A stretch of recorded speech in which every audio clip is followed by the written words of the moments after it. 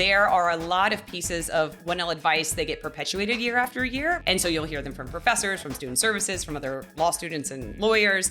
These voices are really loud to do the same thing that we've always done, even though they don't work as well.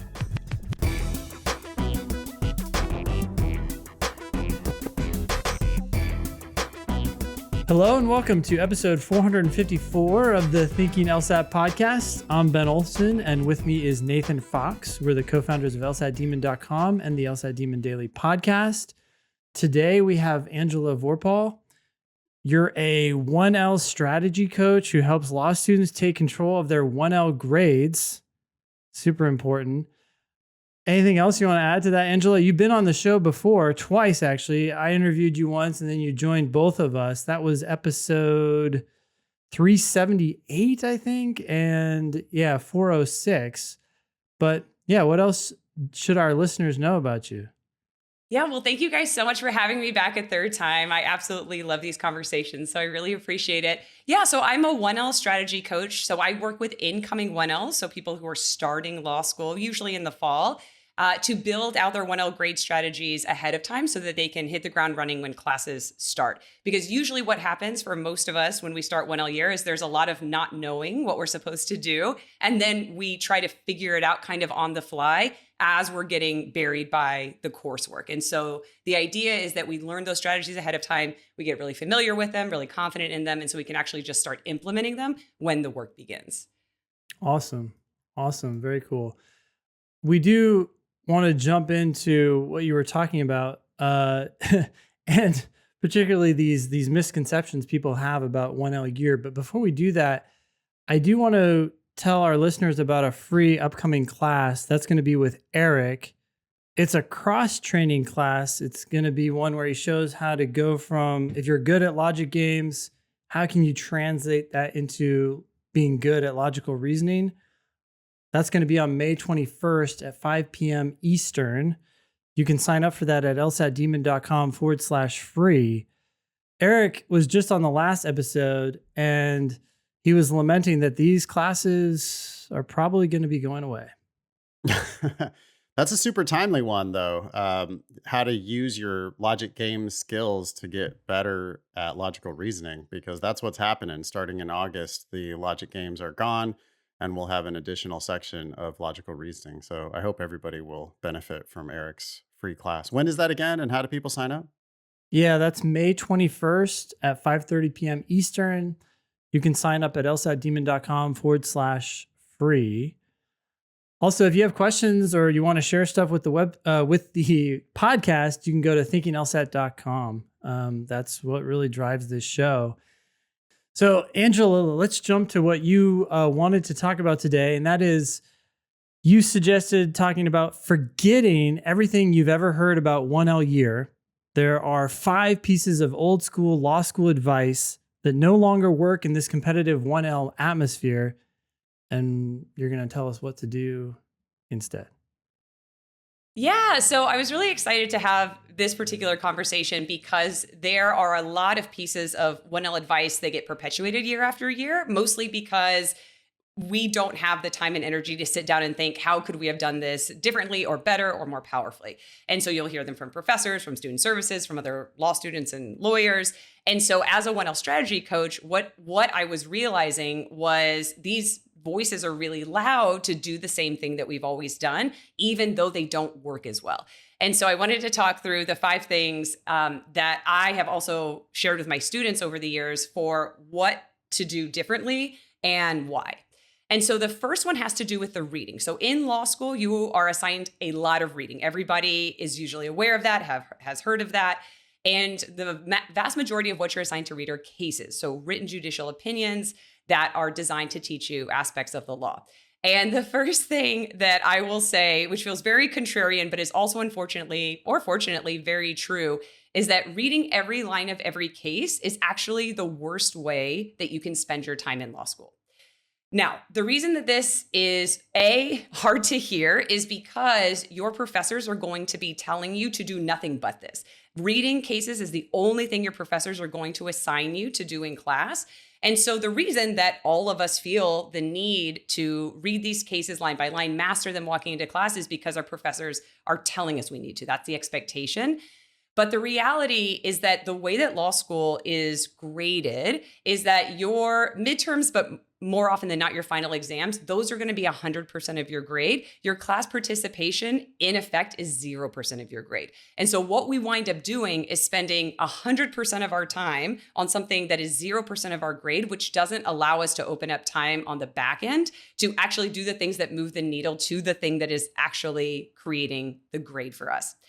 And so what winds up happening is that we get into and it's not our fault, to be fair, we get into these class lectures where professors are cold calling, meaning calling on people at random with very specific, very detailed questions.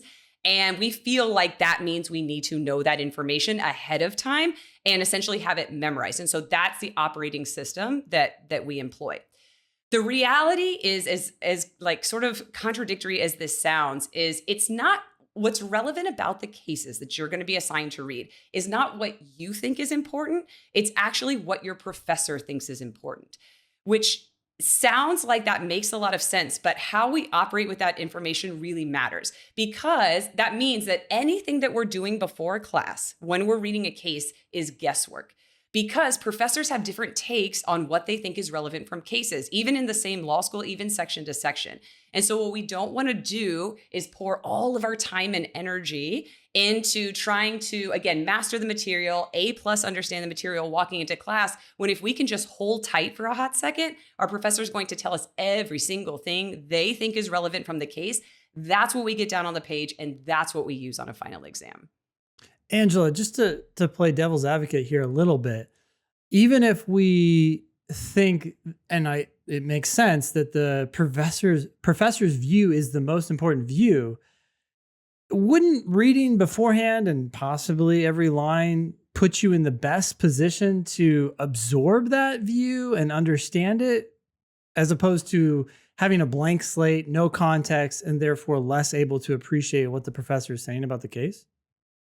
Yeah, really good question. So I'll sort of answer that in two parts. The first part is, as strong as I came out of the gate on not reading every line, that doesn't mean we don't look at the cases at all. And so what I always recommend for everybody, for every incoming 1L, is to look at a case resource first. The most popular one by far are the Quimby case brief videos, not even the Quimby case briefs, the Quimby case brief videos, because they basically break down an entire case into 3 to 8 minutes, explaining it as if they were explaining it to an 8th grader in sort of this animation context that actually makes it understandable. Because to your question about, or let me back it up, because what we do want is to be able to follow the class lecture. And the way that I kind of present this as a mindset for incoming 1Ls is we want to understand it at a D+ level, which is very different than understanding it at an A+ level. So at a D+ level, we're able to follow the lecture, we're able to take notes on it, we're able to, at a very, very high level, understand the concept, but again, not at a level of mastery.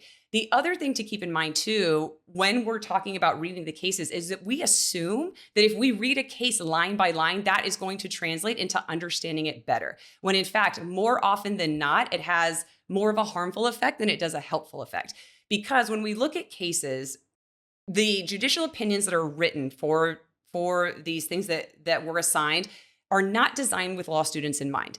Judges are not sitting around thinking about, how can I identify the issue very clearly, identify the rule very clearly, identify my holding very clearly, identifying the reasons why I came to that holding very clearly. And so what winds up happening is we read these cases and we're essentially scavenger hunting for what the rule of law is that this case is supposed to stand for, what this case is supposed to be teaching us. And so in doing that, we get incredibly, incredibly deep in the weeds and actually lose the thread on what in the world this case stands for and why it's being taught in the first place. And so my very, very strongly preferred approach is for you guys to get a 30,000-foot view of what this case stands for, what the rule of law is it's supposed to be teaching us. Then we have a GPS for if we were to decide to read a case at all, we now know what we're looking for. And that actually makes it that so much easier to internalize that information than if we just crack open a case book, blank, start on line 1 and move all the way down. Interesting. I mean, as you're talking, I'm thinking about cases themselves, and they are they are really microscopic, right? When you look at the whole case law or the precedent and what role it plays in that that thread that you were talking about. But you're saying that when you read line by line, you're going into the very details of something that's already fairly detailed, right? It's just one case in a whole thought of how the law should evolve. Yes. And actually, even worse than that, because I've thought about, all right, how is law school taught? How could it be taught better? Because I have a lot of criticisms of the system. And one of the things that winds up happening is we're assigned these cases and they stand for rules of law. That is why we're learning them. Rather than the idea behind case-based teaching is rather than have us just read a textbook where it just lays out all the rules of law and why we have them. The way that law school has been taught for 140 years is that we are going to learn these rules of law through reading these judicial opinions that were designed to resolve disputes in litigation. When we do that, it makes it infinitely more difficult to figure out what the quote unquote point of the case is. And so what really should happen, in my opinion, is the lecture should happen first. So you have a hired professional expert professor who is teaching you what the rule of law is and why we have it. And then we're assigned to read the case, which is essentially a historical historical context for how this rule of law came to be. But it's very, very difficult and much more confusing than clarifying to do it in reverse, which is how we do it in law school now, which is, hey, everybody, read this entirely complex, very convoluted opinion that is hiding all of the nuggets of wisdom that we're trying to extract. And then in class, after a lot of very stressful, anxiety-inducing questions, then I'll tell you what the rules of law are. And so it should be in reverse. And because it's not, we have to uncomfortably force ourselves to do it in reverse. You're reading the judge writing contemporaneously. I mean, in the past, they're like, the case hasn't come out yet. This is the decision of the case. You don't know what the impact is. You know what the impact is on those litigants, maybe, but you don't know what the impact is next month or next year or 10 years from now or whatever. So when you're reading them like describing the law at that point, but it's 1972, Yes, who knows exactly. what it actually means?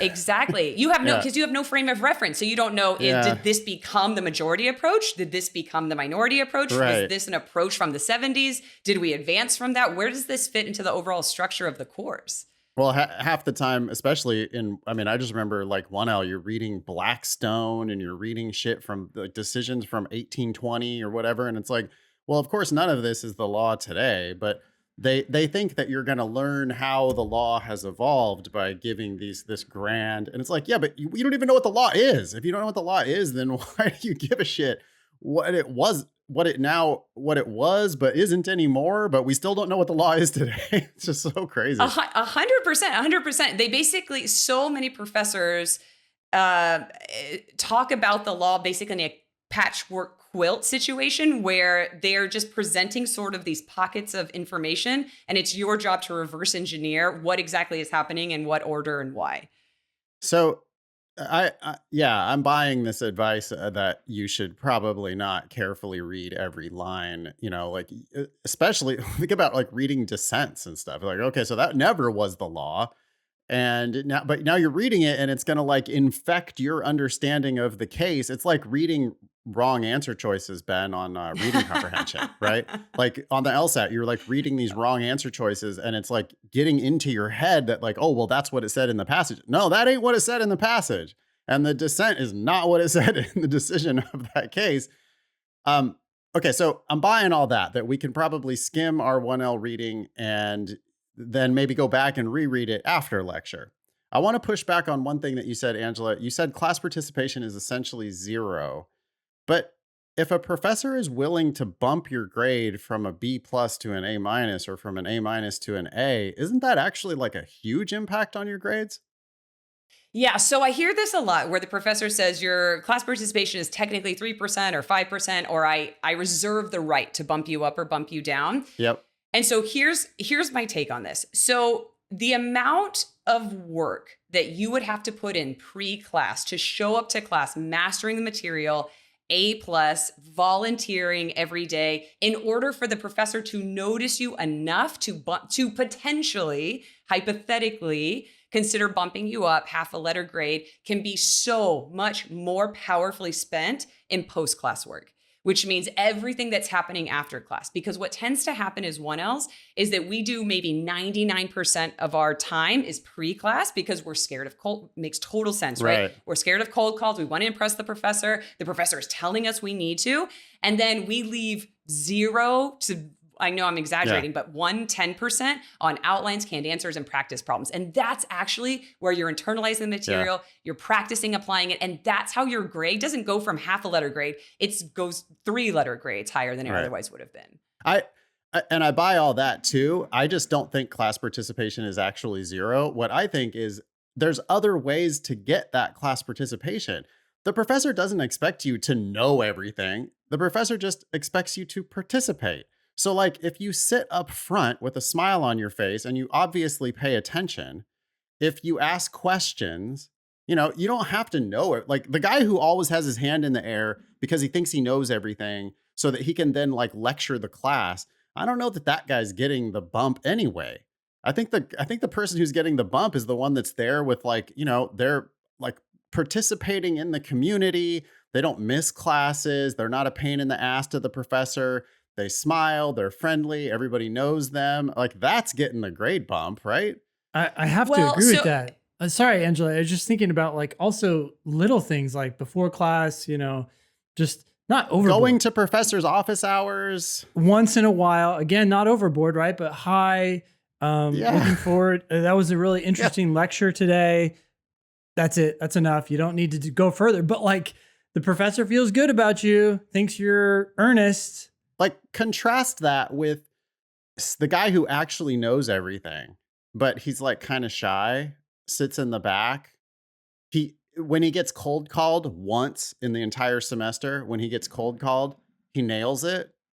But then he never asks a question, never volunteers, never smiles. Nobody knows, like the professor doesn't even know that dude's name. How are you going to get a grade bump if the professor doesn't know your name? Well, totally. And here's the other thing that we haven't touched on yet, but when we're talking about pre-class work, like getting a D+ understanding, a baseline so that you can follow the class lecture and so you can fumble through cold calls, right? Our goal is not mastery. Our goal is not nailing it, but there are absolutely ways to more strategically participate, which is what you guys are talking about, which is, for example, if your professor takes volunteers, you don't have to master every case. You pick one every 6 weeks and then you go nuts on it so that you are drawing attention to yourself in a good way. Or of course, if your professor tells you ahead of time that you're going to be on call, you nail those. So mastery of those specific cases, but not day in and day out, every single case in every single class, because you're sacrificing too much really, really precious time on the back end. But yeah, there are strategic ways to place yourself in those situations.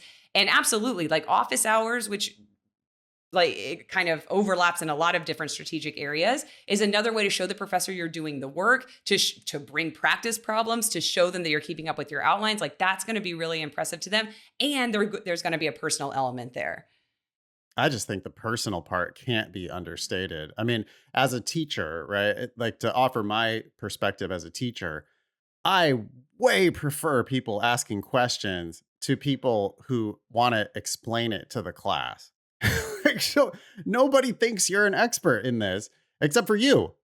And we've, those of us who have gone through 1L have seen this just every single day where some dumbass 1L thinks they know everything and they want to keep participating. And maybe they're just trying to get the grade bump or whatever. But I can't imagine that the professor actually appreciates you spouting off your 1L half-assed knowledge when instead you could just be there going like, yeah, I don't actually know. Or like, can I ask a question about XYZ? Like asking a good question that moves the discussion forward seems so much more helpful than just like spouting off whatever limited knowledge you might have.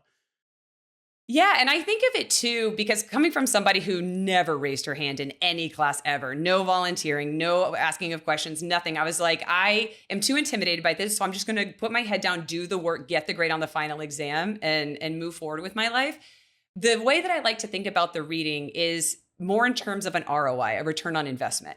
And so the pre-class work is going to be the lowest ROI activity that you can do in the studying process for law school. So it doesn't mean it's zero. There's 0% value there, but it's so low for the amount of time you would have to invest in order to show up to class with this A+ level of understanding for a hypothetical potential grade bump. Maybe I would much rather invest that time and energy on the back end where there is no hypothetical grade bump. Maybe it's I'm going after the highest grade in the class.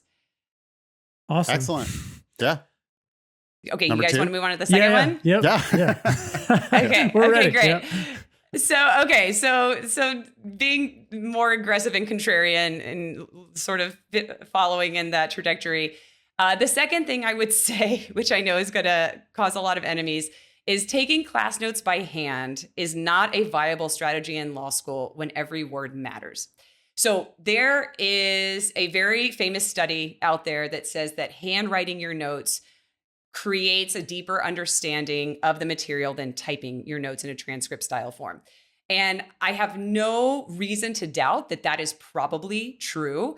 The problem with that study is that they tested the participants 30 minutes after and then a week after. And in law school, a couple of things are different from if anybody has heard of or read about that study. In law school, one, the information is coming at you at bullet speed. So we're getting a massive amount of content constantly, all day, every week until final exams. And the other thing is we're not being graded on this material until all the way at the end of the semester. So not a week from now, not 6 weeks from now, in some cases, 2, 3, 4 months from now, right? The other thing that's different about the law, about learning the law, is that the literal words of the law matter. And so it's not enough to just summarize them or paraphrase them. Like these words are called terms of art. They have legal significance to them. And then the third thing that's different about law school than likely any undergrad or graduate class is that the way your professor structures the language is also really important, because as contradictory as it seems, we have a patchwork quilt sort of system of laws in this country. We have a common law system. So we're learning laws from cases, we're learning laws from statutes, we're learning laws from restatements. And so how your professor decides to pick and choose the language that he or she is using is what they want to see on a final exam. They don't want to see it another way. They don't want to see it in another order. And so being able to get those words on the page as verbatim as possible is going to be really, really powerful, because then we can get them into our outlines, into our canned answers, and then ultimately into our final exam answers. Angela, I want to clarify something. So when you say typing, I hear you saying, hey, you're going to have strings of words, phrases, sentences that you want to match exactly to what the professor is saying. So you need to type them out because you're not going to be able to write them down quickly enough by hand.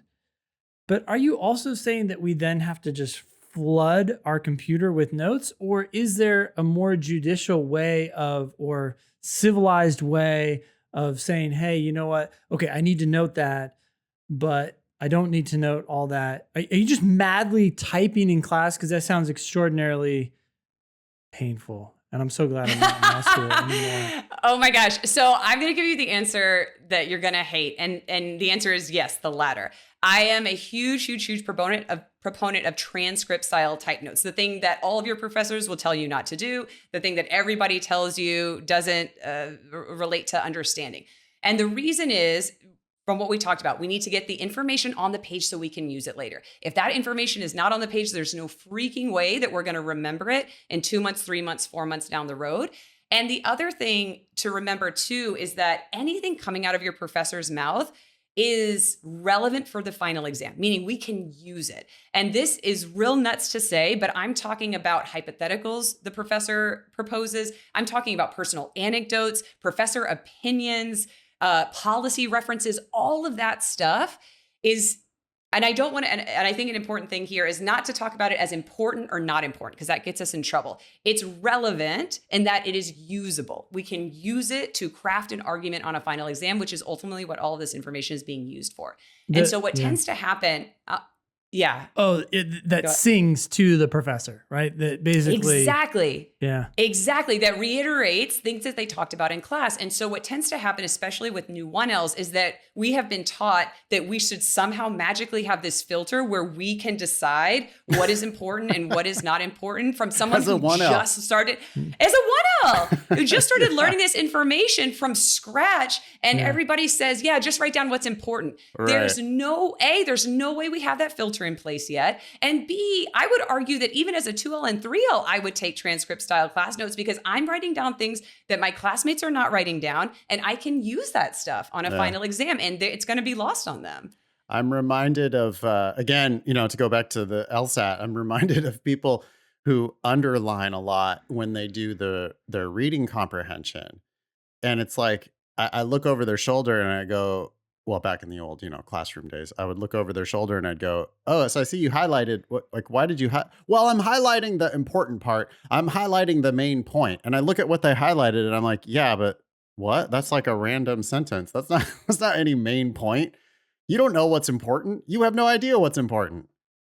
That's a good point. Exactly. And again, like this is the same when we talk about cases, and this is how we get in trouble with like these massive case briefs is it's the mindset and the distinction that's so helpful that I found is not what's important and what's not. It's let's get it on the page from our professor, and then we can use it. If it is usable, we can get points for it. And I think that's the most important thing to keep in mind, because I'll have students up until 2-3 days before a final exam who are telling me they are re-listening to class lectures because they didn't realize, or what they thought was fluff wound up being something that the professor cared about. And so instead of putting yourself in that position where you're randomly guessing, get it on the page. We can use it. And there's nothing else you're doing in class anyway. I mean, you have that 1.5 to 2 hours. You're kind of locked into that space. Go ahead and get that content down on the page, and then we can talk more about what to do with it afterwards. If nothing else, it'll give you something to do in class and keep you to keep you occupied. My other suggestion was going to be, what about like getting a voice to text type of a thing, or getting an actual recording of the class and then having it transcribed? Or just go further, right? What about AI? Like if Nate was going to put a gun to my head and said, go back to 1L,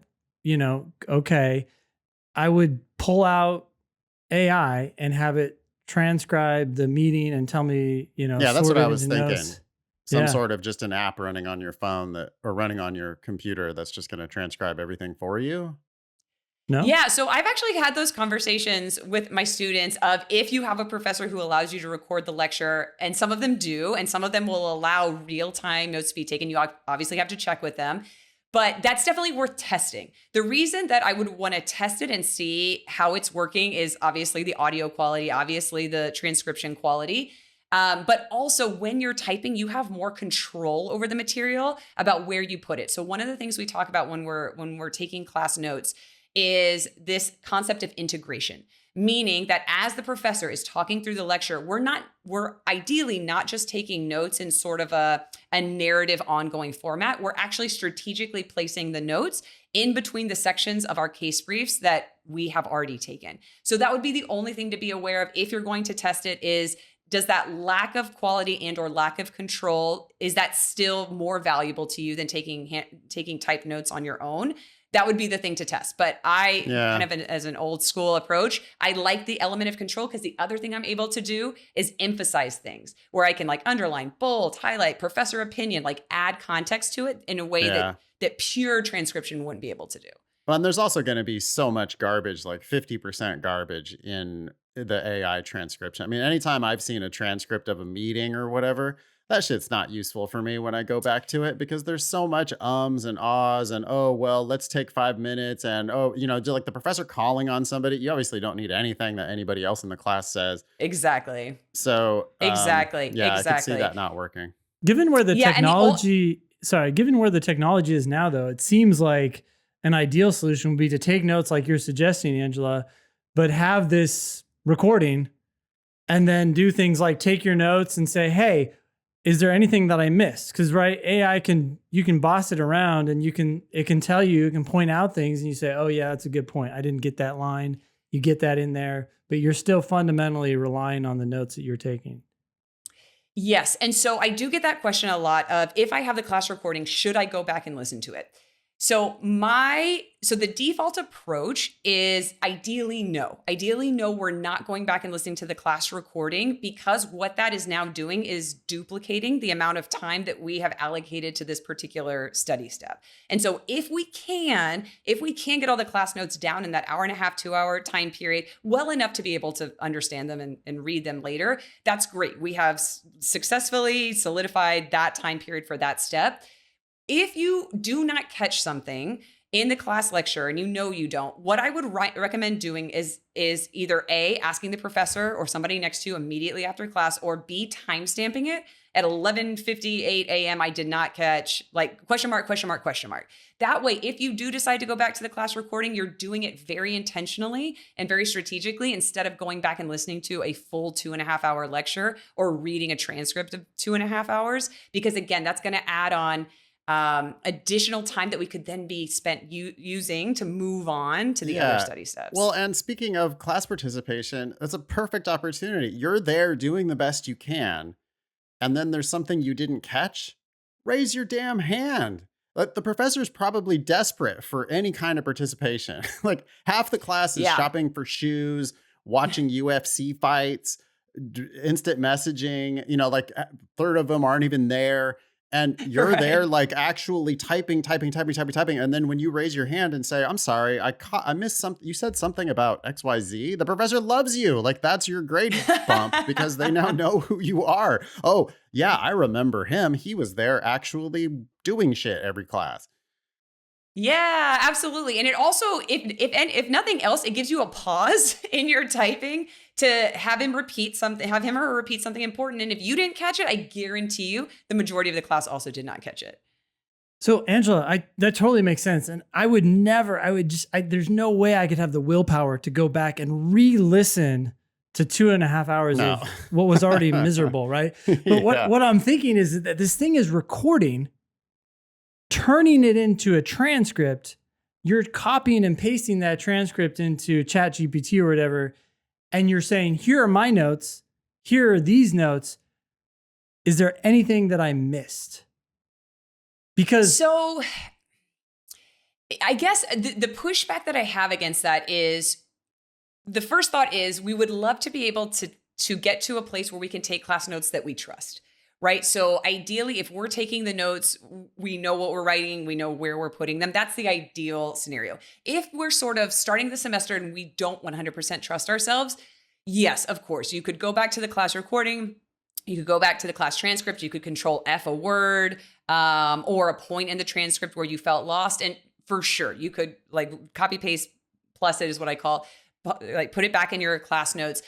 That's totally fine. Again, we want to limit that as much as possible so that we can move on to the other steps. But as you're getting comfortable with the note-taking process, for sure, that's sort of a crutch that you can use. The thing with ChatGPT, the reason I wouldn't do that is, again, because I don't want a summary of what my professor said. I want the literal words that he or she said. And so ChatGPT is likely going to lose some of those terms of art, that significance, the order. All of that stuff is vitally important to how our professor wants us to present the information on the exam. Cool. Okay. Number three. Okay. So this is I mean, all of these I feel strongly about, but this is what I feel strongly about as well. And it's that supplements are not a shortcut, cheating, or being lazy. They are a vitally important part of the learning process. So as you guys start law school, you'll hear this term supplement thrown around a lot, and it has a horribly negative connotation. And what a supplement is, it's sort of a generic word for any law school resource that is not your professor and not your textbook. And so historically, supplements take the form of what they call horn books, which are basically sort of breakdowns of the content of your courses in very easy to understand, very linear, methodical terms. They can also be videos. So there are certain resources out there. Quimby is one of them, Studicata is one of them, Barbary is one of them, that present the information in a video. And then you also have 2L and 3L outlines. So for purposes of this conversation, anything that is not your professor or not your textbook, we're considering a supplement, meaning an additional resource to help you understand the content. And what you will hear inevitably from your professors, from student services, is that supplements are cheating, they're being lazy, they're shortcuts, they're impeding your ability to learn. And in my opinion, nothing could be further from the truth. So if a professor were to actually teach course content in a clear, linear, methodical way, he or she would teach it very similarly to how a supplement lays it out. But the way that law school professors love to teach is actually much more hodgepodge quilt work, meaning the way that they present the class lecture most of the time is going to be through hypotheticals, rhetorical questions, and in content sort of in these vacuums, rather than presenting you with a very clear, very straightforward structure of the course. Here is where we are. Here is why we're here. Here's what the rule of law is. Here's why we do it. Here are the exceptions. Here are why those matter. And so supplements allow you to supplement your understanding from the class lecture with these pockets of content that your professor most of the time, I was going to say intentionally or unintentionally, but most of the time intentionally is not presenting to you. And even if a professor is being incredibly linear and clear and straightforward, meaning some professors will have PowerPoint slides where they are walking you through the content step by step, it is still incredibly valuable to have a supplement because you basically have a sounding board of making sure that you are understanding the content, having it said to you in a different way that allows it to be internalized even more deeply than if you just heard it once from your professor. I was thinking about these professors. They're people who went to law school, played that law school game and won, right? And so they're just like, hey, this is the best way to do it. This is how I got straight A's and you can figure it out. So intentional or unintentional, right? It's probably... Well, and it's funny because professors run a gamut, right? And there's sort of this continuum between the professor who absolutely, these professors still exist, where they will come out and say to your face, it is not my job to teach you the law. It is your job to teach yourself the law. And it's my job to make you think, or something like that. And these professors, they have black letter law on their exams. They are expecting you to make the arguments, just like state the rules, make the arguments, just like every other professor. But they will very clearly articulate that it is not their job to teach you the law. All the way to the other end of the spectrum where you have the professor who gives you their outline or gives you their PowerPoints and all they do is read from them, like line by line, subsection by subsection, and then you have everything in between. And so, of course, with the professors who are intentionally sort of hiding the ball, as you'll hear it said, we have to teach ourselves the law. But even the professors that are reading from an outline, it's still so helpful to hear that information from another source, again, so that you can make sure that it's clicking for you, if that languaging it in another way is still making sense to you, and basically almost like cross-referencing another source to make sure that you don't have any gaps in knowledge or misunderstandings. Ben, did you use supplements in law school? 100%. Yeah. Yeah. Yeah. Do you remember which ones? I remember I remember the pictures on the front of them. It was like a soft back book and they were all tan. They all looked the same except for they had like slightly different colors depending on whatever law they were on. But yeah. Angela? Well, so it's interesting too, because a lot of people will hear the term supplement. They're like, great, I'm on board. I want this content taught to me in a way that actually makes sense, that I can actually understand. But what makes it tricky is knowing where in your study process to layer that in, because you're already underwater with the cases and you're going to class and you're trying to create outlines. So what I will say for the supplements is if we're talking about supplements kind of as a generic term, my favorite supplement for anyone to use is going to be a 2L or 3L outline from a person who had that same class with that same professor and got a B+ or higher in the class, because that is going to be the closest mirror, most closely your professor in the way that he or she teaches. So that's going to be the most beneficial supplement you can use. If you don't have that or you can't find one, then the next layer down would be usually either a traditional horn book or a video that is teaching you sort of the content at a 30,000-foot view, meaning here are the rules of law so that you have an understanding of, again, what that GPS is, and then how your professor is structuring it. So that can usually happen during the outlining stage. So after reading, after going to class, the next step is creating your outline. And so you can layer that in either to use as a base if we're talking about a 2L, 3L outline, or if we're talking about a video or horn book as a double check against these concepts, especially the ones that you're having trouble with, especially the ones that are more confusing for you. Angela, all this talk it's giving me this low grade anxiety about just how crazy law school is. Like, law school has been around for hundreds of years and they haven't figured out how to just let me convey Civ Pro to you as clearly and as quickly and as efficiently as possible. It's still just like you have all these third parties coming in, you exist. Let's help you navigate this maze. But the professors aren't educators. They aren't, right? They're just They have no training in great education. They're not students. specialists in education. They're legal scholars. They're legal researchers. They teach one class every other semester. Yes, and here's the other thing. This is sort of my cynical side coming out. So there's many things wrong with the way that law school is taught, in my opinion. But one of them is they're not actually, this sounds terrible to say, but it's true. Your professors actually aren't incentivized to teach the information clearly, because the more clearly they teach the information, the tighter that curve is on the Yeah. final exam and the harder it is to distinguish between grades. Yeah, they give And so they get 100 homogeneous exams. Then what do they exactly. do? So they have to teach it in this like obfuscating, weird, all disjointed manner. And then when the one person like gives it back to them the way that looks more like their outline, they're like, "Oh, that's an A. Yeah, you get it." Yeah, and again, that's not to say that professors are bad people or that they don't try to be straightforward sometimes. They're just not incentivized to do that. And so it's actually They're in their best disincentivized, interest. right? They're disincentivized discouraged to do it. If they did a killer Mhm. job and everybody got a B+ or higher because it just made sense, then Mhm. they would say, "Oh, you're inflating grades." Yeah, and they can't. Like, depending on the law school, they actually can't award more than X number of A's or B's or more than a higher GPA Yeah, that's how it was in overall. my school. It was like, no, there's going to be 15% A's, and that's it. It was like 15% A's and 75% B's, and then 10% C's and lower. That was it. Every class. Exactly. Exactly. And the other part too, so that's kind of the cynical but realistic reality of law school. But the other part too is that I understand why they wanted to teach us the law in the form of cases and instead of just here are some PDF printouts of all the rules of law ever. Sure. And I understand, yeah, and I understand why they want us to have classroom discussions in the Socratic method where they're asking us questions about the cases and why the professor or why the judge came to the conclusion they did. I totally understand that.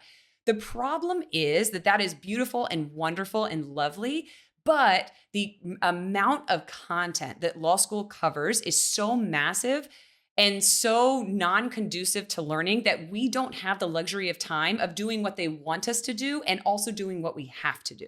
And so when we're faced with that inevitable decision day to day, if you're sort of a strategically minded individual, you're going to do the things that get you the results you want to get. Because at the end of the day, going through a class in law school, the ROI, the sort of value proposition of a class is the grade that you get so that you can then use that to go get the job you want to get and go build the life you want to get and the career that you want to build. And so if that's, I know how cynical that sounds, but we don't have both the time to do things in sort of the utopian way and the realistic, all the things we actually have to get through before the end of the semester way.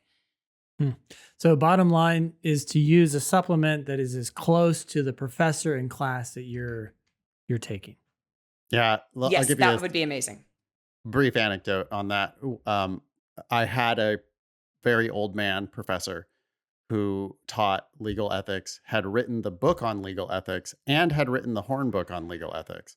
I went to the first day of class and I realized that he was going to sit, not stand, but sit in the front of the class every day and just not look up and just read out of his notes. So that was the only class I ever went to. I was a terrible student. That was the only class I ever went to from him was the first day of class. And then I went to the final exam. It was open book, open notes, open everything. I didn't read anything in the class. The entire semester, I read nothing. I had his Horn book and I had his outline from the class.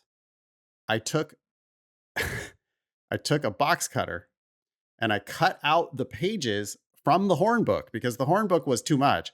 I cut out the pages from the 80 I had gotten the horn book for $3 on Amazon used. I cut out the pages that correlated to the stuff that was on the actual outline for the class. So I just walked in there I had them stapled together like 19 pages from the horn book that I had read once, got an A on the exam. That was it. I mean, and I did nothing else besides No. that. Yeah. So Oh my extreme gosh. example, obviously, but to your point of supplements are important. And especially if you can get a supplement from that actual professor, well, they're telling it to you in the simplest possible way that they understand it. So then if you feed that back to them on the exam, oh, wow, you really get it.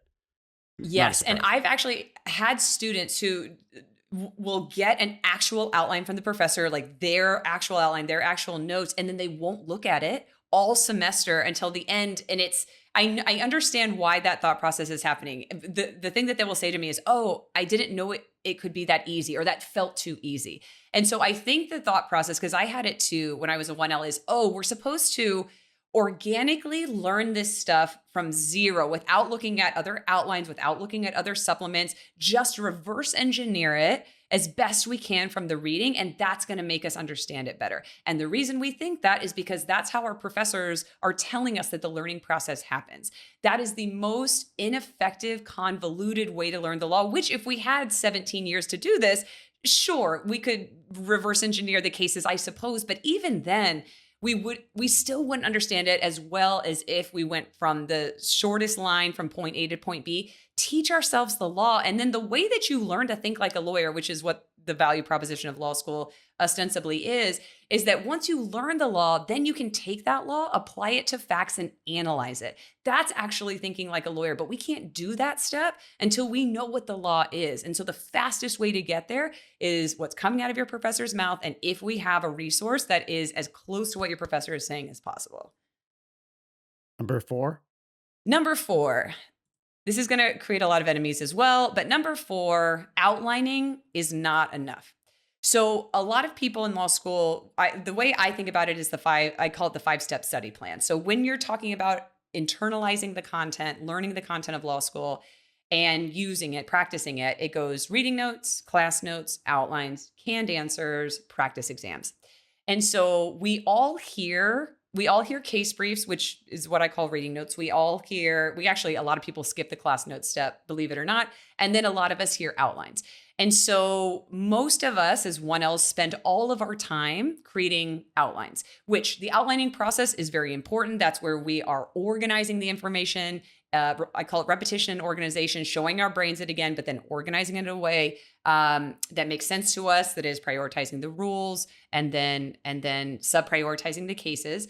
But that in it of itself is not enough. The way that I see students who do the best, who perform the best on final exams, is they do one more repetition and organization step, meaning they have their full outline and then they do it again. And you probably are going to hear a lot of different terms for this. You might hear attack outline, you might hear short sheet, you might hear pre-write, you might hear rule statements. I call them canned answers. And what that means is once you have shown your brain the information and organized it, we want to do that one more time before we walk into the final exam room, because that's actually what it means to study, to internalize the material. And so we want to, when we look at it, not just reread our outline, which is what a lot of people will do, but we want to touch it. We want to create something with it.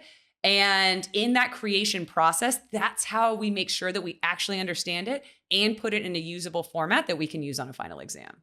And when you say canned answers, I mean, there's a lot of times where they'll end up asking you questions that are, if not exactly something that you've already answered on your notes or outline or whatever you want to call it, but stuff that's similar enough. You're not going to probably use all of the stuff you wrote, but there's enough of the stuff on there that you're like, oh, all I have to do is just transcribe this exactly. I've already answered this final exam question before I even walk into the room.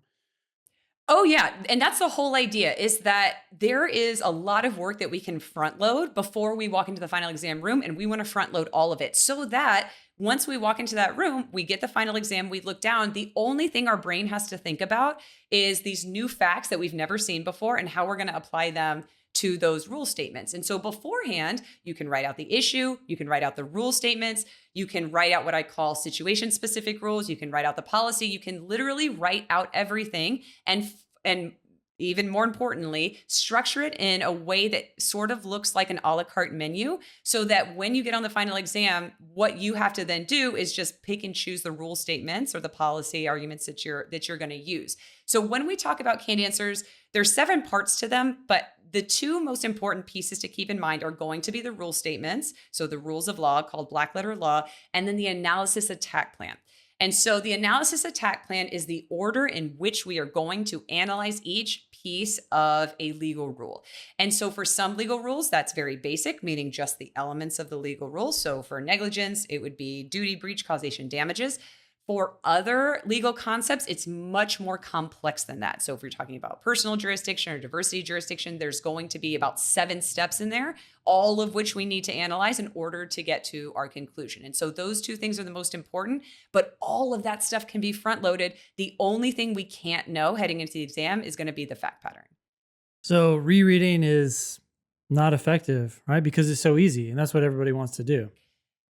If I know, and the thing about rereading is, and I'm definitely not a neurological expert in any way, shape, or form, but it's very, very passive. If you ever try to, for example, read somebody else's outline or even reread your own, it's very easy to gloss over it and just assume you kind of, sort of, a little bit get it, understand it. If you have to recreate that document, meaning put it in words that make sense to you in a structure that makes sense to you, that is a totally different level of understanding. And you can actually identify the pieces that you do not understand that you then have to ask the professor. Otherwise, we kind of have this C plus or maybe B plus at best sort of general understanding of this, but we're never going to go all the way down the rabbit hole and be able to master this stuff if we're not the ones creating it. Yeah, the research backs that up 100%, Angela. Rereading feels good because it's easy and now it's in your mind again. But because it doesn't require any effort, you don't have to pull it out or deal with it like you're saying. It doesn't stick. There's a tie-in here to the LSAT. I was just complaining in class yesterday about wrong answer journals that people like to keep. They like to write down, okay, I missed this question. Here's what I didn't understand about the question. Here's why I missed it or whatever. Or here's why the right answer is right.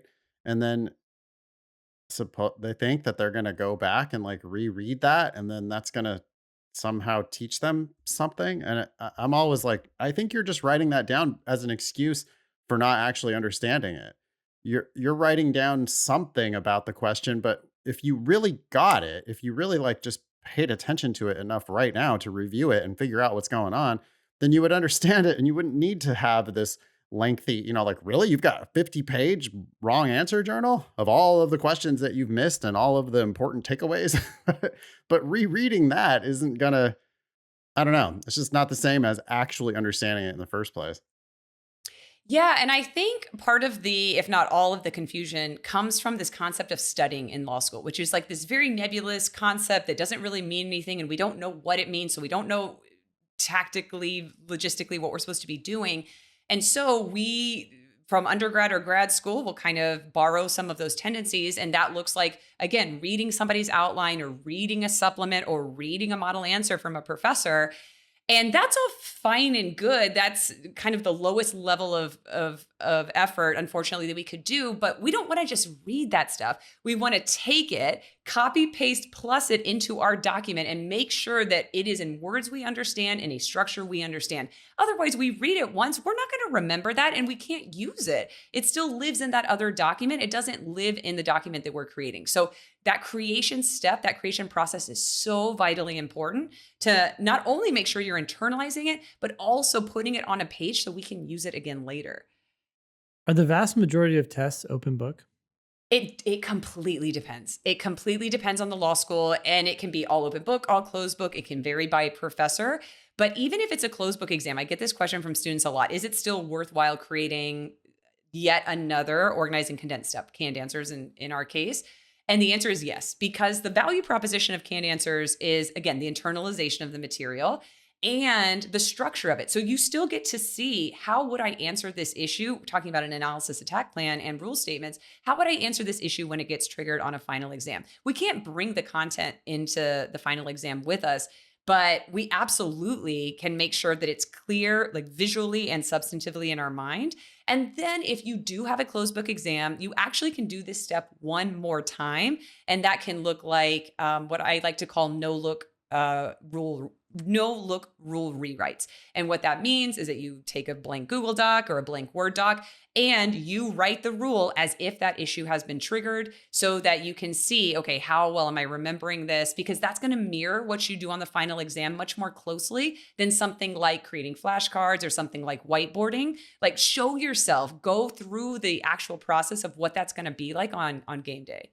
100%. And the science backs that up too. Like if you just have a blank page and it says, hey, okay, don't look at something and then write, literally just write and see what you can recall. And people hate it because there's that moment where you're just sitting there and you don't remember a damn thing, right? And you're like, oh, okay, let me just look. It's like, no, just sit on it and it will start to percolate back, right? And you'll start to remember. And then that's where all those, I think like literally you're creating connections in your brain that weren't there before. Like you're forging them. Yeah, absolutely. And also, the sort of last thing to remember here too is when you have a fact pattern in front of you, the facts in the fact pattern are going to trigger memories of rule statements if you have done the work to recreate them multiple times, because whether somebody's hiding behind a desk or somebody got locked in a room or somebody fell asleep, like those facts are going to trigger rule statements of things that you've learned. So you're not totally on your own. Your professor is going to be giving you these hints, unintentionally, of course, but they're going to be giving you these hints through these facts that are then going to trigger the internalization work that you've done before. Awesome. Number 5. Yeah, number 5. This is probably my favorite. So number 5 is IRAC misses the most important part. So when we talk about writing our final exam analysis, everybody's going to hear the acronym IRAC, which stands for Issue, Rule, Analysis, Conclusion, which is a really great way to think about from a very foundational level how you're going to structure your final exam answer. You're going to state the legal issue that you noticed. You're going to state the rule for that legal issue. You're then going to analyze that legal issue, and then you're going to conclude. The problem is that IRAC in and of itself doesn't tell us anything about how we're going to do the A part, the analyze part. And that's 99.9% of our points. That's where all of our points are coming from, which is kind of bizarre to say because so much of the time that you're going to be spending during the course of the semester is learning these rule statements. And the problem is that is what they call a necessary but not sufficient part of doing well on a final exam. Knowing the law in and of itself is not going to get you a massive amount of points on the final exam, and in fact is not going to get you a very high grade at all. It's how we use those rule statements. That's how we get points on a final exam. And so we need to know what in the world we're doing when we're talking about the A part, the analysis part, which of course just this basic acronym doesn't tell us. And so the best way that I have found to explain this is when we're talking about analyzing something, you also might hear the A stand for applying. Neither of those are very helpful. I want you guys to think of them as the A standing for arguments, because we want to make arguments. And the way that we make arguments on a final exam is rule statement plus facts equals argument. That's how we get points on a final exam. And so more specifically to the point, the way that I've been thinking about this is the best, most linear, logical way to create these things is that P will argue rule language is met because of facts. D will argue rule language is met because of facts. I call that PWARF and dwarf because it's really easy to remember. And so that's literally how we want to structure our analysis so that we're making sure that we're identifying the rule statements, using that trigger word because, and then bringing in the facts. Because what tends to happen with all of us 1L year is that we do a thing called making a conclusory analysis. And what that means is that we are saying to the professor, that this rule of law is met because, and then we repeat the rule language. And in that structure, we're not bringing in any facts. And so we're essentially defining our argument or defining our conclusion by just restating rule language. And so, for example, that could look something like, D has a duty to P because D must act like a reasonable person under the same or similar circumstances. And so all that's doing is just repeating the rule language for what duty means. And so if we can get really clear on this very basic framework, we can make sure that we're not falling into these really common traps and that we're giving ourselves a repeatable framework to be able to actually craft these arguments and actually get points on a final exam. So it sounds like what you're saying is that you have a rule and then you have a particular fact pattern. In other words, you have a instance where someone did something and you have to say, hey, look, these particular facts in this instance, the person hiding under the desk or not divulging what they knew to their client or whatever it is, those particular actions are what put that person either in or outside of that rule, right? Like the rule applies to this person because they did X, Y, and Z. And you're saying that people leave off that second part. They just assert the conclusion, right? They're just like, oh, this person violated that rule or they whatever. And it's like, yeah, but why do you think they violated that rule? 100%. And two important things are happening here. So one of the things that is happening when we think of this analysis framework, if we want to use Poirot and Dwar for a second, is that when people is one, and this is again, no fault of our own. We're usually not taught this in law school. Final exams are a totally different structure and framework than we're used to. And so no one tells us these things. So if anybody's listening to this, don't feel bad. Don't feel badly. If you've done this, all of us have done this. No one tells us differently. Okay. So with that caveat, yes, what normally will happen is that when students read a fact pattern, usually called an issue spotter, where a lot of people are doing a lot of things, causing a lot of problems, what we tend to do is we will state a rule and say that rule is satisfied because rule language is present. And I think the reason that we don't bring in the facts is because we assume that that's known.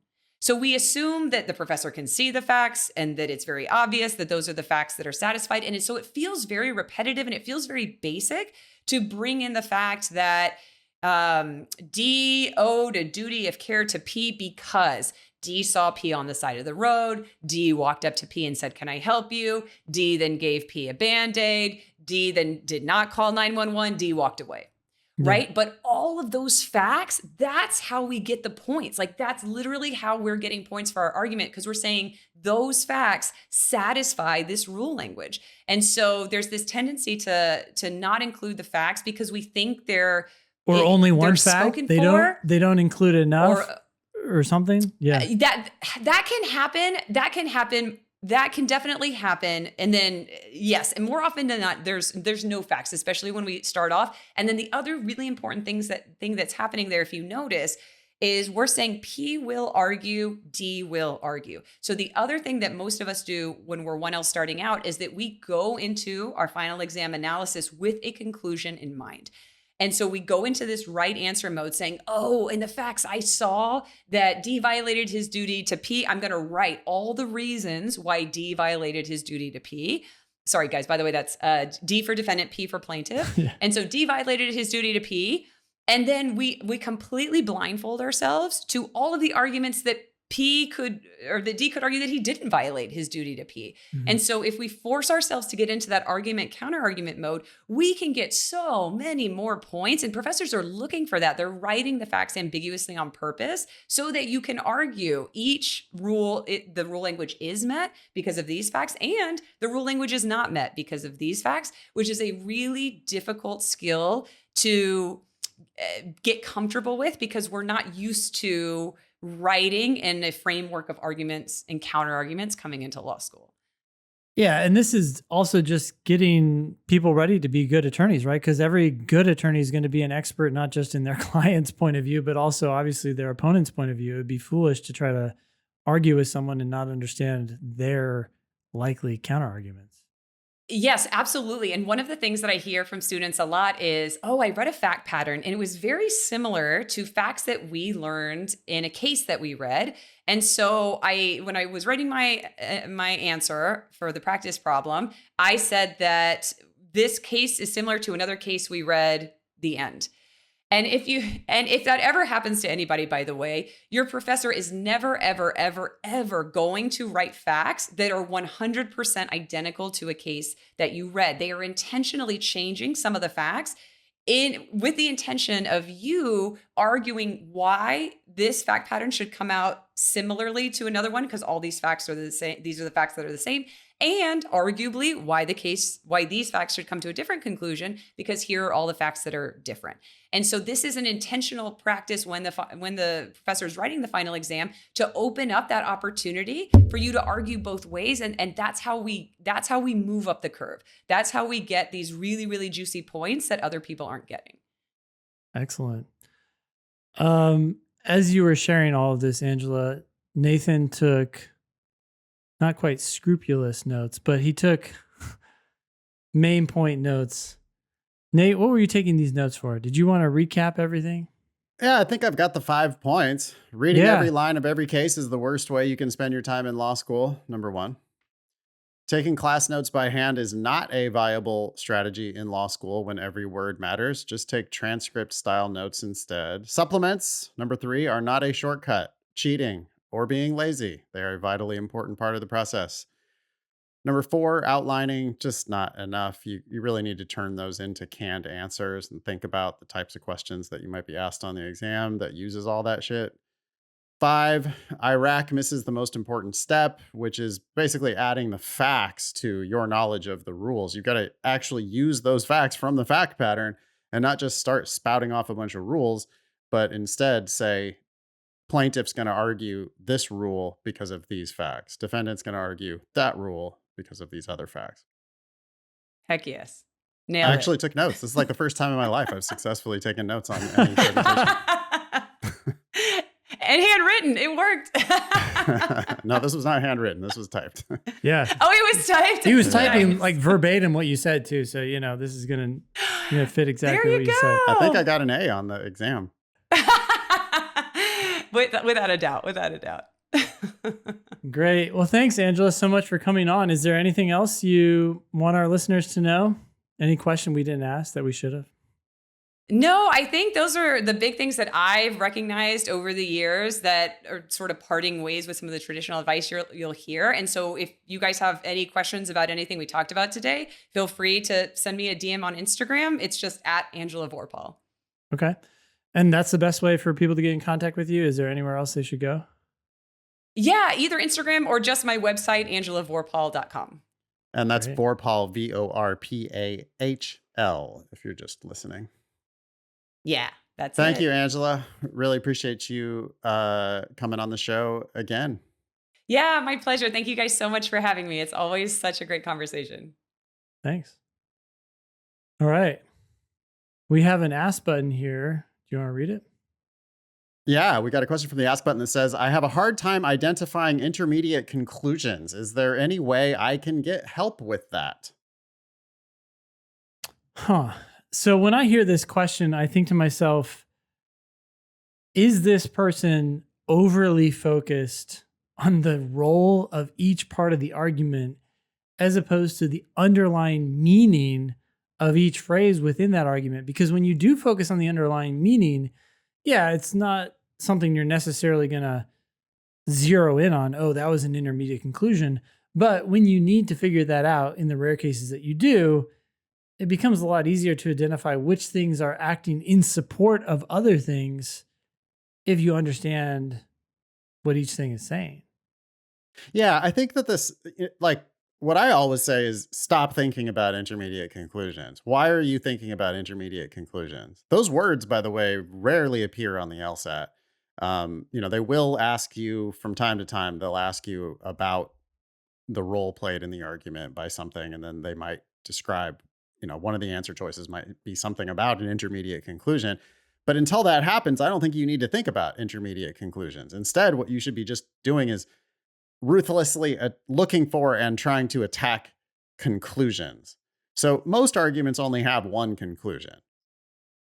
They're going to give you a bunch of evidence. They're going to try to make a conclusion from that evidence. You say, wait a second, not so fast. That conclusion's not really justified by your evidence. Boom. That's pretty much it. That's the point of the question. Other arguments, these are rare. What do you think, Ben? 10% of arguments, maybe not even that high. 5% of arguments have two conclusions or more.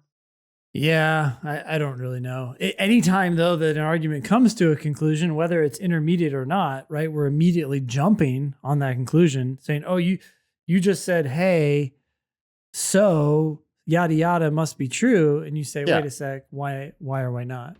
Right. And so I'm attacking every conclusion the second I see it. The second I see that there's a conclusion there, I'm going to be like, whoa, wait a second. I'm not giving you credit for that. I'm going to give you credit for your facts, but I'm not going to give you credit for the conclusions that you're drawing from those facts. So when they start off with like, blah, blah, blah, comma, because, or blah, blah, blah, comma, since, then I go, whoa, okay. So everything you said before the since, everything you said before the because, that's a conclusion. Yeah. Now, I'm going to look at the evidence that you provide for that conclusion, and I'm going to think about whether the evidence actually proves that conclusion or not. Usually it doesn't. Sometimes it does, rarely, but usually it doesn't. So I'm going to put a pin in that. I'm going to be like, well, wait a second here. They are trying to pull some bullshit right here where they have a conclusion that's not really necessarily justified by their facts. If they do that more than once in the same argument, then now the door is open for it's possible that one of these conclusions was an intermediate conclusion. It's actually probably the case that one of these conclusions is an intermediate conclusion. All that means is they did some reasoning, they reached a conclusion, then they used that conclusion as evidence for some further conclusion. That's all that means. All it means is that they're doing argument in steps where they're saying, because of blah, blah, blah, I think this, and then because of this and this other thing, maybe, therefore I conclude this other thing, this final thing. And they can do it all out of order. It doesn't have to be presented in that linear, start to finish. It could be finish, beginning, middle, or it could be like a middle, beginning, finish, or they could order it in a million different ways. But the definition of an intermediate conclusion is simply something that is used as a premise for a conclusion, but that is itself a conclusion based on other evidence that was presented in the passage. I don't know. Can I say it in a simpler way? That made it sound like complicated, but it's really not. It's just, everything in the argument is either a premise or a conclusion, or sometimes there's some extra just stuff in there. Opinions of other people, sometimes just plain old background information. Background shit that's just irrelevant. But there's going to be, the operative parts of an argument are premise and conclusion. An intermediate conclusion is simply both a premise and a conclusion. That's it. It's a conclusion that they reached based on some evidence. Then they turned around and they reached some other further conclusion using that previous conclusion, that intermediate conclusion, as a premise for the ultimate main conclusion of the argument. That's really all there is to it. I don't know. Maybe I'm still making it sound complicated. Yeah, I think there is some inherent sense that it's complicated. One thing I was going to add is if you're following anything that Nate is saying, this might help. I hope it doesn't make it worse. But for an argument to have an intermediate conclusion, it has to have at least 3 ideas, right? Because there's going to be one idea that's acting as a premise and supporting the intermediate conclusion. And then you have the intermediate conclusion, which is the second idea. And then that intermediate conclusion is going to have to turn around and then start supporting the third idea, which would then become the main conclusion. If you only have 2 ideas, then you can't have an intermediate conclusion because, well, at best, you have a premise and a conclusion, and that's it. And then that just becomes the main conclusion. Yeah, and that's not to say that every time there's 3 ideas, one of them is an intermediate conclusion. Far from totally. It. No, because far more common is 2 ideas that are both premises, and then a third idea that's a conclusion that you would draw from those premises. Like, for example, if I know that Ben's in Virginia and if I know that Virginia is in the United States, I can combine those two things together to conclude validly that Ben is in the United States. Yep. Now, there's no intermediate conclusion there. There's two premises. Ben's in Virginia, Virginia's in the United States. There's one conclusion, which is actually valid here, which is Ben's in the United States. Now, I can turn that into an intermediate conclusion if I provide a further premise. United States is on planet Earth. Then I can use my previous conclusion, Ben's in Virginia. Sorry, Ben's in the United States. That was my conclusion, right? Mhm. And if I combine Ben is in the United States with the United States are on planet Earth, then I now can reach a further conclusion, which is Ben is on planet Earth. Mhm. So in that case, I have three premises, one intermediate conclusion, and one main conclusion. I used two premises to prove that Ben was in the United States. Then I used that plus an additional premise to prove that Ben was on planet Earth. And so the intermediate conclusion, Ben is in the United States, that was both a premise and a conclusion in my argument. It was a conclusion because I had backed it up. I had provided evidence to prove that you were in the United States. It's also a premise of the argument because I'm then turning around and using that to prove some other further thing. So that's really all there is to it. There's just not, but students like they love to, I don't know, it's almost like they're reading the arguments looking for intermediate conclusions. Yeah. What? No. Yeah.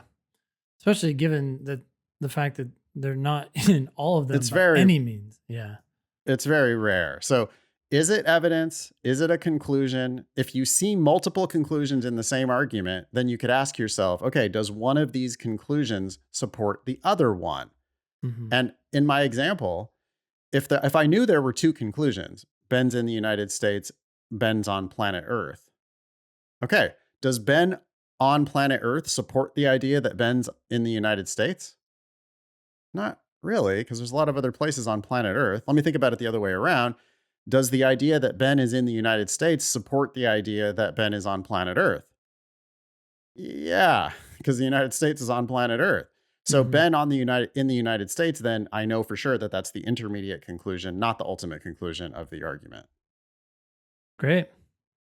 Two more things on our agenda, Ben. I Yeah. listened to your episode. It was great. Episode 453. I was on vacation. Ben, you and Eric did an episode. One of the items was someone who they like left a school. And then when they went back and looked at their transcript some years later, they saw that there was an academic suspension that had been put onto their transcript. You guys were real worried about it and like trying to get this student to like get it removed or whatever. And that might still be the correct thing for them to do. Yeah. But I just wanted to bring up the possibility. Is it possible that when someone leaves a school and doesn't finish their degree, that's just a thing that happens is they get like suspension doesn't have to mean you started a food fight in the cafeteria and got suspended from school. Maybe this was put there in a different context, which is just you suspended your education at our school, like you left our school. Your degree process has been suspended. Yeah. So I don't know. And I asked your question verbatim to ChatGPT. Oh, Not that it will necessarily be the expert, but it does say academic suspension typically isn't routine when people leave a school by choice, such as dropping out or graduating. However, if a student leaves a school due to poor academic performance, then an academic suspension could be involved. Academic suspension is usually a formal consequence for failing to meet specific academic standards set by the institution, such as maintaining a certain GPA. okay. And that's very likely to be right. I just wanted to bring that up that if we have a mysterious suspension appearing on somebody's transcript, that there must be some kind of an explanation for that. Maybe this applicant did leave, though, that school because of poor performance. And maybe Mhm. that's why they got the academic suspension placed on their record. Yeah. I would think that you could pretty easily just write a short addendum to explain, hey, I left this school. I was in good standing when I left, but they put this academic suspension on my record. I don't know what it means. It was 10 years ago.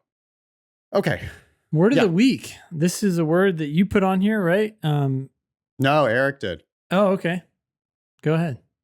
Yeah. Eric put the word execrable. Execrable. Execrable. Okay. Execrable. EXECRABLE. Execrable. He found it in Dirk Gently's Holistic Detective Agency by Douglas Adams. I believe that this is probably the same Douglas Adams who wrote Hitchhiker's Guide to the Galaxy, would be my guess. Hmm. But in Dirk Gently's Holistic Detective Agency, Eric discovered the word execrable. Do you have any idea what execrable might mean? Well, I did read ahead and saw that Eric Well, don't say. identified this as something. Yeah. And so Yeah, now I see the word excrete. totally. And that's what I always thought, was that it was so similar to excrement. And Hmm. I've read it in many books myself. I have never looked up a definition of it, but I've always thought that it was like similar to calling somebody shitty. Mm-hmm. Like if they did an execrable thing, it's like you're comparing their behavior to that of excrement or excreting, as one Yeah. says. So I think it must have something to do with that. Should we look it up? Yeah. Let's do it. You can read the Merriam-Webster definition. Deserving to be execrated, detestable, very bad, wretched. I'm going to look up execrated now because it linked Execrated. Yeah. to that. Execrated is to declare to be evil or detestable. It's to denounce or to detest utterly. To execrate. I think it has to have something to do with excrement. It just seems too closely related. That that is what we do, right? With excrement, we push it away. We do not like it. Yeah. We try to get it as far away from us as possible. So crimes, if you're describing them as execrable or execrable hotel food, they should have done airplane food on that. Execrable. You're basically saying it's like excrement. So at least in the word execrate, it comes from the word sacred, and X is not. So it's not sacred. Oh, maybe it's nothing like excrement. Although I don't think excrement is sacred either. So maybe it's not. Yeah. Maybe that's Now what it I'm thinking means. about the word consecrate. Consecrate. Yeah. To make something sacred. And so execrate is to make it unsacred. Consecrate is to make it sacred. Huh. Well, long story short, I think I had an incorrect but nonetheless useful idea of what that word meant, just solely from context, because it's only ever used in really negative contexts. Yeah. Yeah. Right.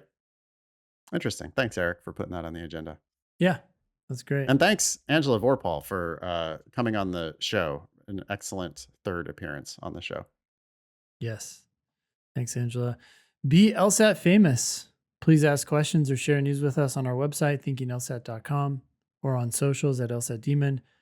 If you have questions about the LSAT Demon, you can email help@lsatdemon.com. Check out our other podcast, LSAT Demon Daily. That was episode 454 of the Thinking LSAT podcast. Thanks all y'all for listening. Nice knowing you. Don't pay for long.